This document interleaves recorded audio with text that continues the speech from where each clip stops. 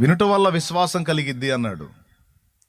వినుట దేని వల్ల కలిగిద్ది? క్రీస్తుని గూర్చిన మాట వలన కలిగిద్ది అన్నాడు. అంటే ఒక వ్యక్తి జీవితంలో ఒక కార్యం జరగాలి అంటే, ఒక వ్యక్తి జీవితంలో ఒక కార్యం జరగాలి అంటే దానికి విశ్వాసం అవసరం. ఈ విశ్వాసం అనేది మనకు ఏర్పడాలంటే వేరే ప్రత్యామ్నాయం లేదు. దేవుని మాటలు వినటమే దానికి అవసరం. దేవుని మాటల్ని మన హృదయంలోనికి మనం తీసుకోకపోతే మనలో విశ్వాసం అనేది ఏర్పడదు. విశ్వాసం అనేది ఏర్పడకపోతే మనం చాలా పొందలేం. దేవునికి స్తోత్రం. ఇప్పుడు పౌలు వెళ్ళి ఆ ప్రాంతానికి వెళ్ళి దేవుని మాటలు ప్రకటించడం అనేది చేసినప్పుడు వినేవాళ్ళు విన్నారు, విన్నవాళ్ళు విశ్వాసం ఉంచారు. విశ్వాసం ఉంచిన వాళ్ళ జీవితాల్లో కార్యాలు దేవుడు స్పష్టంగా జరిగించాడు. అంటే విశ్వాసం అనేది మనం ఉంచకపోతే దేవుడు తన కార్యాలు జరిగించలేడా అంటే ఖచ్చితంగా జరిగించలేడు అనే బైబిల్ చెప్తుంది. నేను కాదు, బైబిలే చెప్తుంది.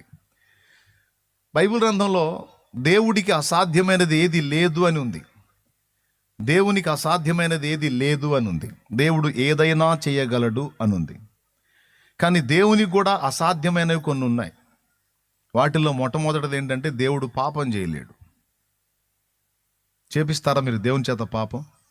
అంటే పాపం చేయటం దేవునికి సాధ్యం కాదు. అది ఆయన చిత్తానికి, ఆయన వ్యక్తిత్వానికి విరోధమైంది. అది చేయడు ఆయన. అలాగే దేవుడు అన్యాయం చేస్తాడా? దేవుడి చేత మీరు అన్యాయం చేయించగలరా? దేవుని చేత మోసం చేయించగలరా? కుదరదు. అవి దేవుడు చేయలేడు. 3. 4వది, దేవుడు ఎంత శక్తివంతుడైనా ఆయన యందు విశ్వాసం ఉంచిన వారి జీవితాల్లోనే ఆయన శక్తి, ఆ కార్యాలు నెరవేరతాయి. కానీ ఆయన యందు విశ్వాసం ఉంచని వాని జీవితంలో ఆయన శక్తి లేదా ఆయన కార్యాలు జరగవు, నెరవేరవు. దీనికి మీకు బైబిల్లో 2 నిరూపణలు నేను చూపిస్తాను. మొట్టమొదటిది, సీమోను పేతురు యేసు ప్రభును చూసి నేను కూడా నీళ్ల మీద నడుస్తాను, నాకు సెలవిమ్మని అడిగాడు. నైట్ టైం సముద్రం మీద ప్రభు నడుచుకుంటా వస్తున్నాడు.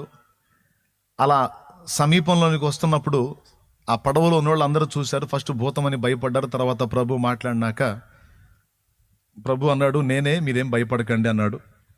వీళ్ళేం పడవలో ఉన్నారు, ఆయనేమో సముద్రం మీద నడుచుకుంటా వస్తున్నాడు. పేతురు చూశాడు. పేతురు చూసి, ప్రభువా, నీలాగా నేను కూడా నీళ్ల మీద నడవాలనుకుంటున్నాను, నాకు సెలవు అంటే రమ్మన్నాడు. ప్రభు రమ్మన్నాక సీమోను పేతురు కూడా నీళ్ల మీద నడవటం మొదలుపెట్టాడు. ఒక మనిషి ప్రకృతి సిద్ధంగా అయితే నీళ్ల మీద నిలిచి ఉండటం సాధ్యం కాదు, మునిగిపోతాడు. కానీ ప్రభువుని విశ్వసించి ప్రభు చెప్పిన మాట తీసుకొని పేతురు నీళ్ల మీదకి దిగాడు. అతను మునగల, నడవటం మొదలుపెట్టాడు. కొంచెం దూరం నడిచాడు. ఎలా నడిచాడు? ప్రకృతి ధర్మానికి విరుద్ధమైన చర్య ఎలా జరిగిందంటే అది విశ్వాసాన్ని బట్టి జరిగింది. ఎందుకంటే ఆ మాట యేసయ్యే చెప్పాడు. ప్రభు వైపు చూస్తా అడుగులేశాడు. చక కొంత దూరం వెళ్ళాడు. తర్వాత పక్కకు చూశాడు. పక్క గాలి అలను లేపింది. అతడు గాలిని చూచి భయపడినందున మునిగిపోసాగెను అనుంది. మునిగిపోవటం మొదలుపెట్టి ప్రభువా నన్ను రక్షించు అని కేకలేస్తాడు.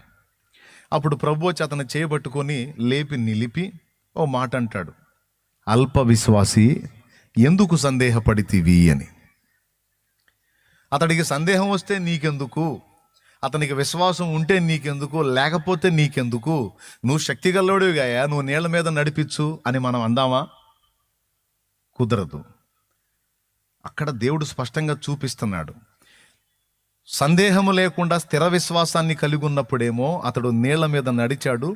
అతని నీళ్ల మీద నడిపింది దేవుని శక్తే లేకపోతే అతని శక్తే? అందరూ చెప్పాలి. రైట్. మళ్ళీ ఇంకొక ప్రశ్న, అతని నీళ్ల మీద నిలిపి నడిపింది దేవుని శక్తే అతని విశ్వాసమా? పెద్దగా చెప్పాలి. అతని విశ్వాసమా? అతని విశ్వాసం ఒకవేళ నా మీద పెట్టాడు అనుకో, లేకపోతే నీ మీద పెట్టాడు అనుకో, ఏదైనా విశ్వాసమేగా. నీ మీదో నా మీదో పెట్టి నీళ్ల మీదకి దిగితే ఉంటాడా? ఉండడుగా. సరిగా చెప్పాలి, మళ్ళీ ఆలోచించుకొని చెప్పండి. అతన్ని నీళ్ళ మీద నడిపింది అతని విశ్వాసమా, దేవుని శక్తే? శబాష్, ఎవరు అన్నారు? Right answer. అది దేవుని శక్తి మరియు అతని విశ్వాసం రెండు. దేవుని శక్తి అతడు పొందుకొని ప్రకృతి ధర్మానికి విరుద్ధంగా అతడు నడవాలి అంటే అతనికి కూడా ఒకటి ఉండాలి. దేవునికి శక్తి ఉంది, అది పొందుకోవటానికి అతనికి విశ్వాసం ఉండాలి. ఈ విశ్వాసం అతనిలో ఉన్నంత వరకు ప్రకృతికి అతీతమైన కార్యం అతని జీవితంలో జరిగింది. అతని కాళ్ళ కింద చాలా నీళ్లు ఉన్నాయి, కానీ అవి ముంచట్లా అతన్ని. కానీ ఎప్పుడైతే ఆ విశ్వాసములో బలహీనత వచ్చి సందేహం అనేది ప్రవేశించిందో, అప్పటిదాకా పనిచేసిన దేవుని శక్తి అతని మీద పనిచేయాల. ఫలితంగా అతను మునిగిపోసాగాను అని ఉంది. దీన్ని బట్టి మీకేమర్థమైంది?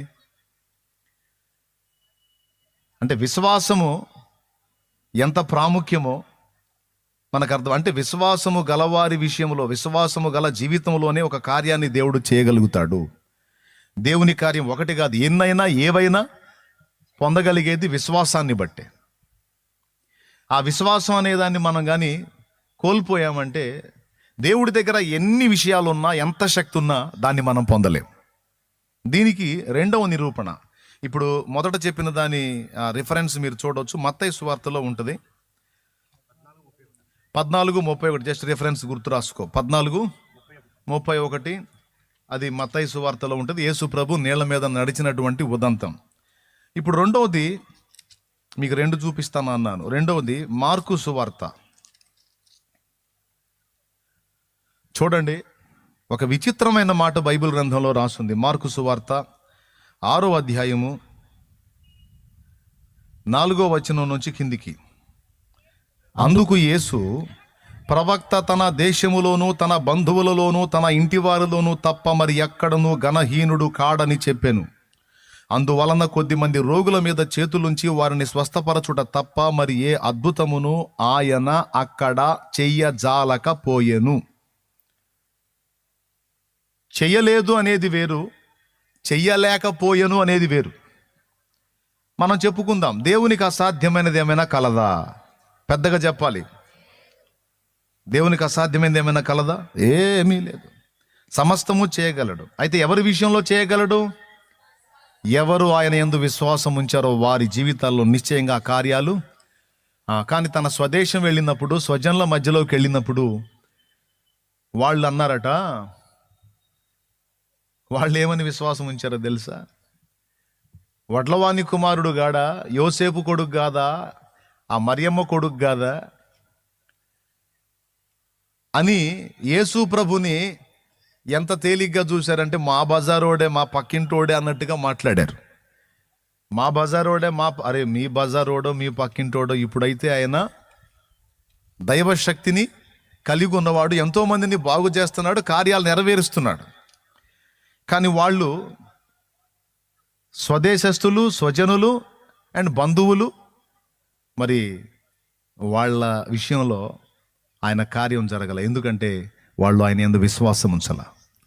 వాళ్ళు జస్ట్ వాళ్ళ బజారోడు, వాళ్ళ వీధోడు, వాళ్ళ ఊరోడు, వాళ్ళ ప్రాంతం ఓడు, వాళ్ళ బంధువులకు చెందినోడు అన్న కోణంలోనే చూశారు. కానీ ఆయన దైవ కుమారుడు, దైవ వాక్యము, దేవునిలో ఒక భాగము, దేవునితో సమానుడు అని ఇవన్నీ వారు విశ్వసించాల.